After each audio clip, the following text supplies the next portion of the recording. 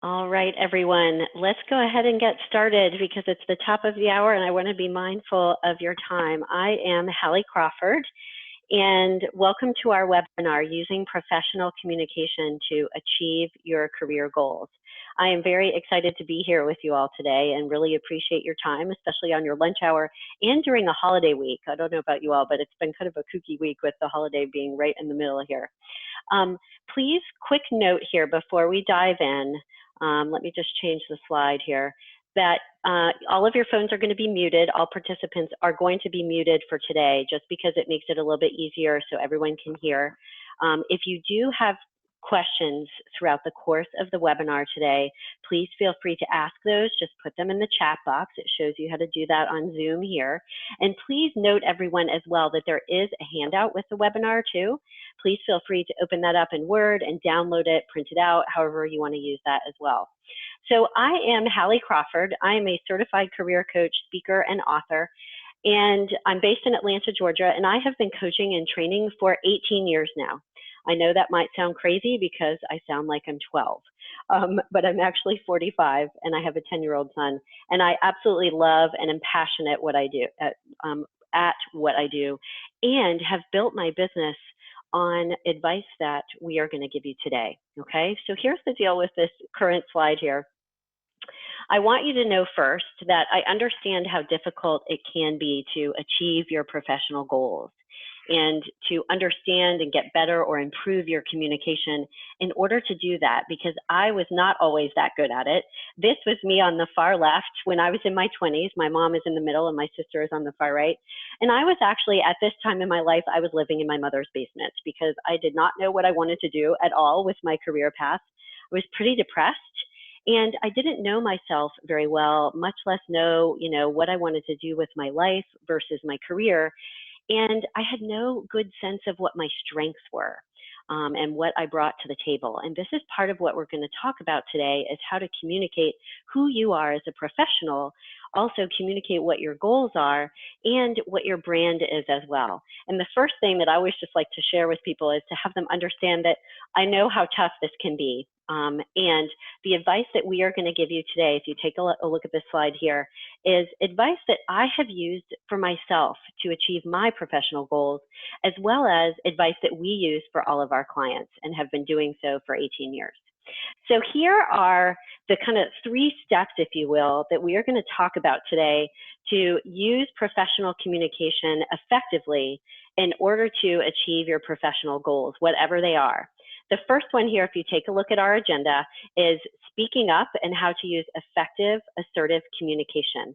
I encourage you, by the way, we are going to talk about an assertiveness format, and I encourage you to practice this in a pair later on this weekend, whatever it is, with a friend, and practice this with someone else so that you can kind of see how it works live.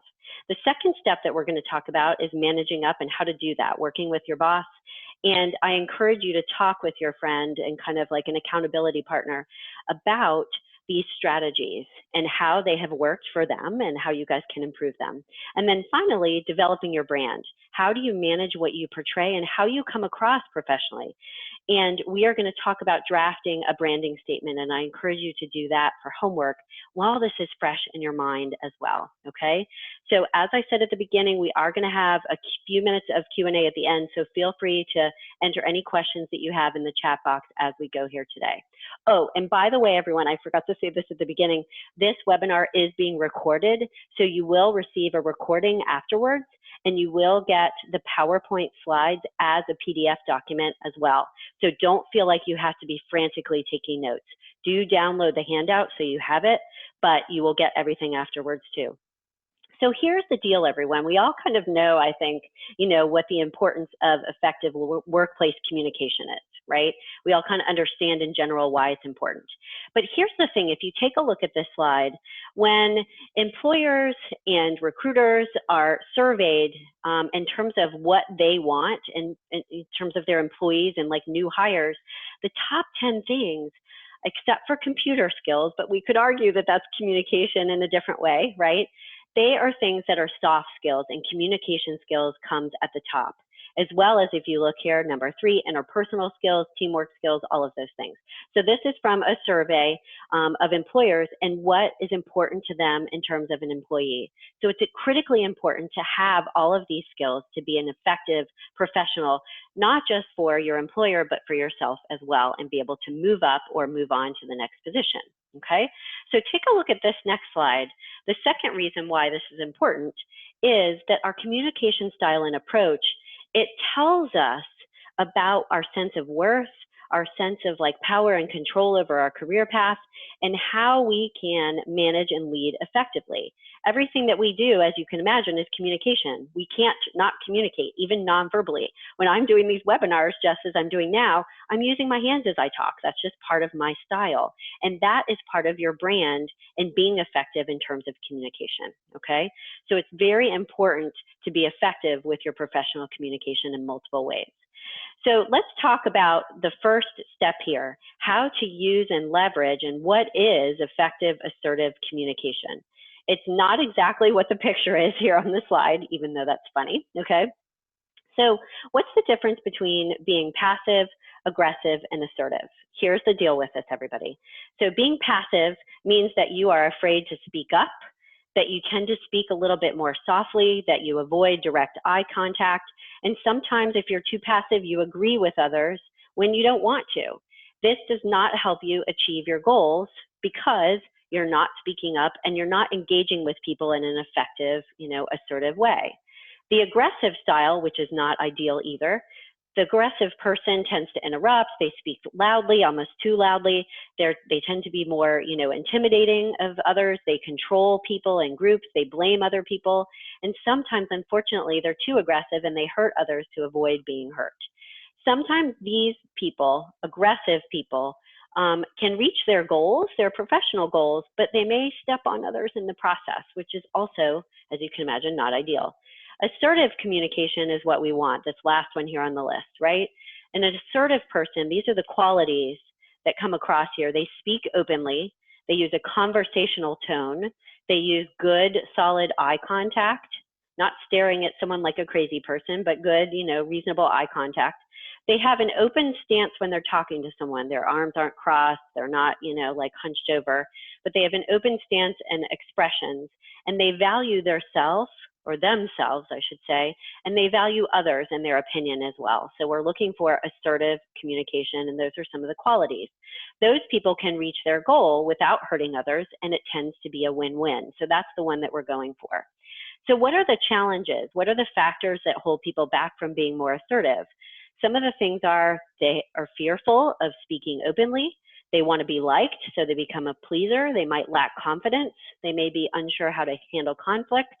Or what can cause us to be too assertive and bleed into the aggressive stance is when we get angry or frustrated, or we have a desire to control because we feel like our life or our career is out of control, and maybe we feel backed into a corner. That's when sometimes we bleed into the aggressive, okay? So the challenges that we just discussed, how can we handle these different things? And I'm going to give you some examples on the next slide of how we can be more assertive. Okay, so some things that we can actually say, oops, went one too far, things that we can actually say in order to set boundaries with people and also still be, assertive but kind. So these are some resources, if you look at the bottom of the list here, and these are some examples that we have used with clients in the past. It depends on the scenario that you're looking at, of course. So for example, for the first one or the beginning here, if someone is interrupting you or interrupts you constantly, comes to your office door and is interrupting you, this is something you could say at the get-go. I'm, really busy. I'm working on a project until 5 or 6 or whatever it is. Can we meet at this time? When someone walks into your office, by the way, if you're not ready to talk with them or it's not a good time, standing up and kind of walking towards them helps let them know that this isn't going to be that long of a conversation, kind of keep them from sitting down and getting too, settled in your office. The second one here is if someone is giving you feedback or input and you're not sure you're ready for it, or it's not the ideal feedback right now, but you're not ready to, accept or discount it or whatever it is in the moment, it's completely acceptable to say, hey, thanks for the advice, I'll consider that option. So you always, as part of, effective assertive communication, you want to speak openly to others, but kindly. And at the same time, you also want to be open to receiving feedback and letting people know that you're open to that. That's an incredibly critical, I should say, part of effective communication is having it be a two-way street, okay? And for really touchy situations, and I'll give you another example here in just a second, and then I'll show you the assertiveness format or formula that you need to use for being more assertive.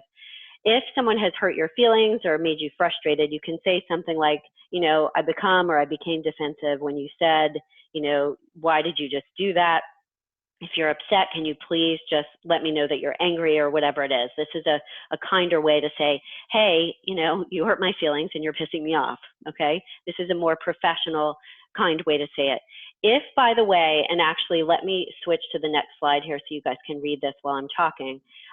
If you need to give someone difficult feedback, or if you are kind of afraid to be open with someone, but you need to, and you need to speak to them directly, one of the best ways to do this is to, set up a time to talk with them, make sure it's in the right setting and location, one-on-one, that kind of thing. Ask permission though, say, hey, Joe, I have something that's kind of touchy I needed to discuss with you. And I'm kind of uncomfortable saying it, but we need to talk about it. Is this an okay time for you? Or can we talk about this? Asking permission like that and getting their buy-in or feedback can help set the stage for a much more productive conversation. So go in and ask them, tell them, kind of you're about to deliver kind of difficult information, and then share it, and that will help you be much more confident about handling touchy situations, okay? So here's the assertiveness format on this slide. You want to show understanding first and listen first. State what their position is as well, verbally out loud, to let them know you understand their point of view, okay? So show understanding first always, because that will help enormously diffuse any kind of tension if there is any. State the facts is the second one, and state everything in terms of cause and effect and specific actions and facts. Give a suggestion for a resolution. How can we work this out? Don't just come there and dump it on them. Come up with in advance some possible ideas for how you all can work this out. And when appropriate, in case that resolution doesn't work, ask them what they think, obviously their options are, or, what option do I want to have if we can't resolve this? Does that mean, for example, I need to go and say, I'd like to talk to HR about this, or you go do that on the side, okay? So think about and state an option or not if the resolution doesn't come to fruition, the one that you suggest or that they suggest. So I would encourage you all to print this out and just have this assertiveness format in your desk somewhere, so that if something does come up and you need to handle a touchy situation, you've got kind of these 4 points to help you frame out the conversation before you have it, okay? These slides we use in some of our group workshops as well, so that's why we've got these pairs here. So what I would suggest that you all do is, this is kind of a homework assignment that you can take on to practice with a coworker or a friend or whatever it is over the weekend. Decide how and when you can take action on this particular situation, okay, that's on this slide, and talk about how you would frame out that conversation with them and kind of role play with your friend. Even if it's over the phone, that would be fine, but how can you use the assertiveness format to deal with this particular situation that's on the slide? Really good homework assignment to start practicing this. The more you use this kind of language, the easier it will be for you to come up with it on the fly, and kind of last minute and on the spot there. And you'll be able to adjust it as needed as well, okay? By the way, if any of you need, just really quickly, and then we'll go to the second tip here. If any of you have this particular situation that's really sticky at work or difficult, or you just want general advice on, I've got this issue with my professional communication, please feel free to email me. I'd be happy to do a quick strategy session with you to give you advice on how to handle your particular situation. Because as you can imagine, everyone's situation is different, and we can give, kind of general advice on these webinars, but sometimes people have a specific scenario that requires, some specific advice depending on what that situation is, okay? So tip number 2, we don't want to be like this guy here on the slide, right? So there are several tips to managing up, okay? And I'm going to give you several of these right now, okay?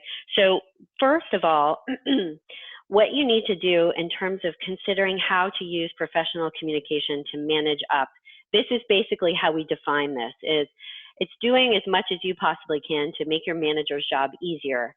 It's going to not only obviously help them do their job, but you will be considered more of an asset to your manager and to your organization, okay?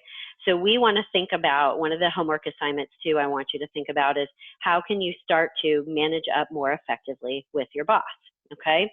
So one of the things is to get to know their style, their personality type.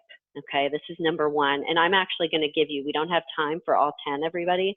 I'm going to give you the first 5 in the 10 tips to managing up, okay? So number 1 is to get to know their style and their personality type. How do they like to be communicated with?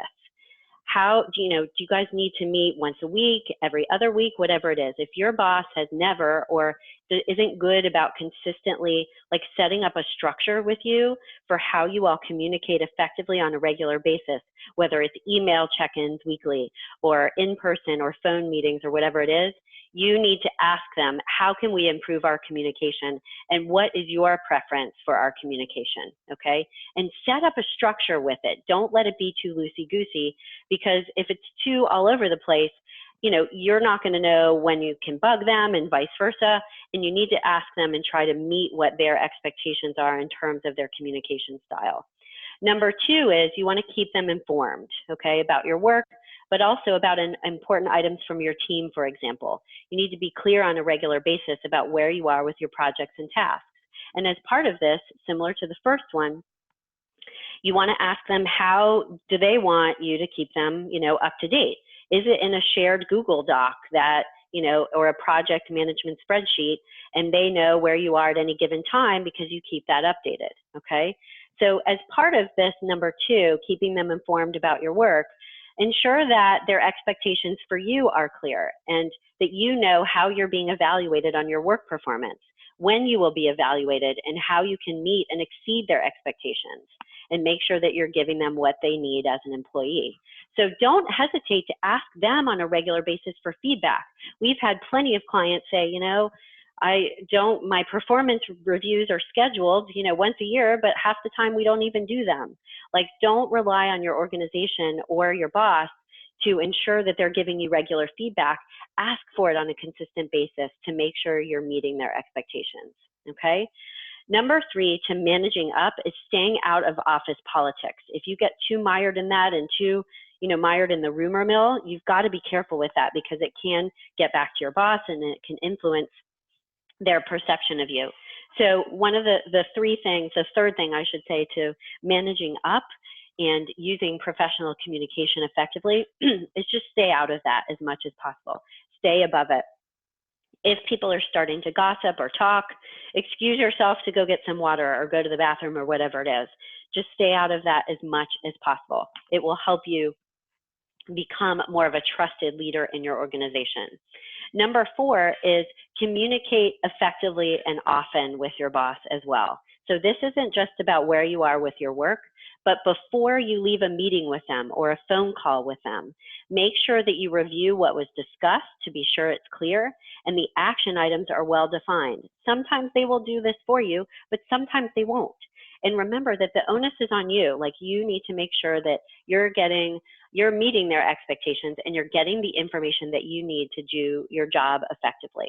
So if you're not sure about anything at the end of a conversation with them or at the end of a meeting, take a moment to ask for clarification from them, or repeat back to them what they have said to you so that you can make sure that you're very clear. Does this make sense? And also be clear about who's going to be taking the notes. Most likely it will be you. And make sure that those notes are in a place that you both can access them easily so that you can reference what you all discussed. And number 5 is to be very clear about how you are going to be evaluated in your job. Most organizations have, the generic performance reviews that they use and some have the 360 evaluations, some do not. And this may seem obvious, but sometimes our clients have gone into a performance review and not realized that, you know, one way they're going to be evaluated is either based on their communication style or how many, projects they volunteered for. Be really clear in terms of each project that you take on or are assigned from your boss, that you're very clear about how you're going to be evaluated. What are the results that are expected here? And how will you know if I've done a good job? Don't hesitate to ask those specific questions of them in advance so that you know what the deal is going forward. So I want you all to take one of those 5 tips and think about, okay, how can I start to manage up more this week, and come up with one action step for the next week. By next Friday, I'm going to use the, making sure I clarify at the end of each meeting, because sometimes I forget to do that. Whatever it is, I want you to write one down on your handout. So 2 homework assignments so far is to practice the assertiveness communication format, or assertive communication format, and then also come up with one action item to manage up, okay? So our third tip is, in terms of professional communication, is to develop and communicate your brand effectively. And I apologize, everybody. I've got stuff in my throat a little bit from the bronchitis. So I need to drink some water here for a second. So tip number 3 is to develop your brand and communicate it effectively. I love this quote from Jeff Bezos: personal brand is what people say about you when you leave the room. That's exactly right. It's the adjectives that come to mind right away when someone thinks of you. If you are not sure what your brand is, based on these 3 steps here, or tips, who you are, what you do, and what you're known for in the workplace, interview other people about it. What adjectives come to mind when you think of me professionally? When you think of me, what strengths come to mind? What do I do better than most people that you know? I encourage you to do interviews with people over the course of the next couple of weeks here. Ask friends and family members what adjectives come to mind. Ask them also what they see are your greatest strengths and what's your personality type. Get feedback from them. It's really, really helpful to get this external objective feedback, okay? And then even ask some coworkers that you trust as well, because they can give you advice about how you come across, obviously, professionally, okay? And the next thing that you can do here, if any of you feel like you're struggling with what your brand is, okay, here is an example of a branding statement. It's kind of like an elevator pitch. So the way that we describe a branding statement is it's usually longer than your elevator pitch, and your elevator pitch is usually like the first 2 sentences of it. So here's an example here, and this is actually a really helpful book, Personal Branding for Dummies. I know these books are hilarious, but they're actually incredibly helpful. So if you feel like you're having trouble with this, feel free to purchase that book on Amazon. It's really, really good. But remember that with your brand, you need to communicate who you are, what you do, and what the results are that you bring to an organization, okay? And you need to speak about it in that way on a regular basis. Finding out what your brand is, again, you can ask other people to give you that feedback. And the last item here, in terms of step number 3 in communicating your brand and using professional communication effectively, is it's as much about what you do as much as what you say, okay? So once you identify what your brand is and you feel like, you understand what value you bring to your organization and to the marketplace, you also need to use these effective communication tools so that it comes across effectively on a regular basis. And that is part of your brand, that I am actually a very effective communicator. You want people to feel that way about you so that they can trust you. It develops trust in the workplace, but also so that they know they can come to you for advice, but they can also speak openly with you and give you feedback, okay? You want to pay attention to the action and results. Like, so are the action steps that you take on a consistent basis and the results that you're working towards and achieving, are they consistent with your brand? You want to kind of double check that and gut check it, because sometimes we get off track. You want to make sure that your social media, especially LinkedIn, has your branding statement on it and has those adjectives that people use to describe you and what your results are, okay? And then it's a really good idea, by the way, just in general with this professional communication kind of overall, is start to establish, if you don't have one yet, a presence in your industry. So you can start to, repost articles on LinkedIn and put a comment at the bottom of it about what you think about, a current event or something that's happened in your industry recently. Consider not just attending conferences, but speaking at them sometimes, or writing for an industry-specific blog, or publishing an article in an industry association newsletter. Do things for yourself professionally so that you can establish a presence in your industry. It will make you that much more just influential in your industry, but better able to achieve whatever career goals you want in addition to expanding your network, okay? So consider speaking, serving on the board of an association, lots of different ways you can do this. But if you feel like you don't yet, quote unquote, have a presence in your industry, definitely focus on that in terms of your professional communication goals, okay? Finally, I want to ask you all to think about this one last action item in just a second here. We'll go to the next slide in just a moment.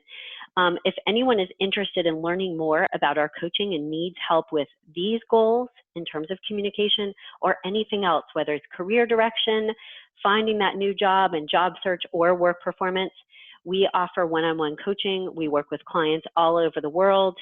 We've been doing it for 18 years. We know our stuff.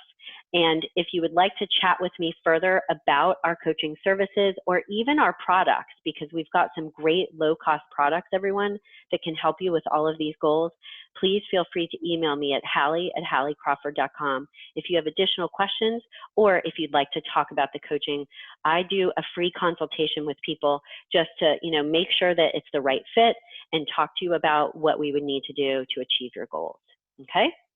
All right, so I want you all, we've got a couple minutes here to ask a few questions, and I also want you to write down, so feel free to post questions in the chat box, okay?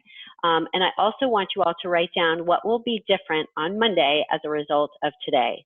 What is one thing that you are going to do differently as a result of being at this webinar today? So write that down for yourself, and then I will give it a couple minutes here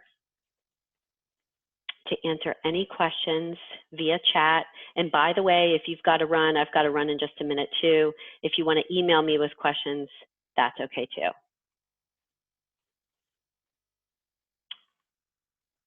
All right, so we have one question. Someone said that I don't have, I have difficult or not productive communication with my boss, and I'm not sure how to handle it.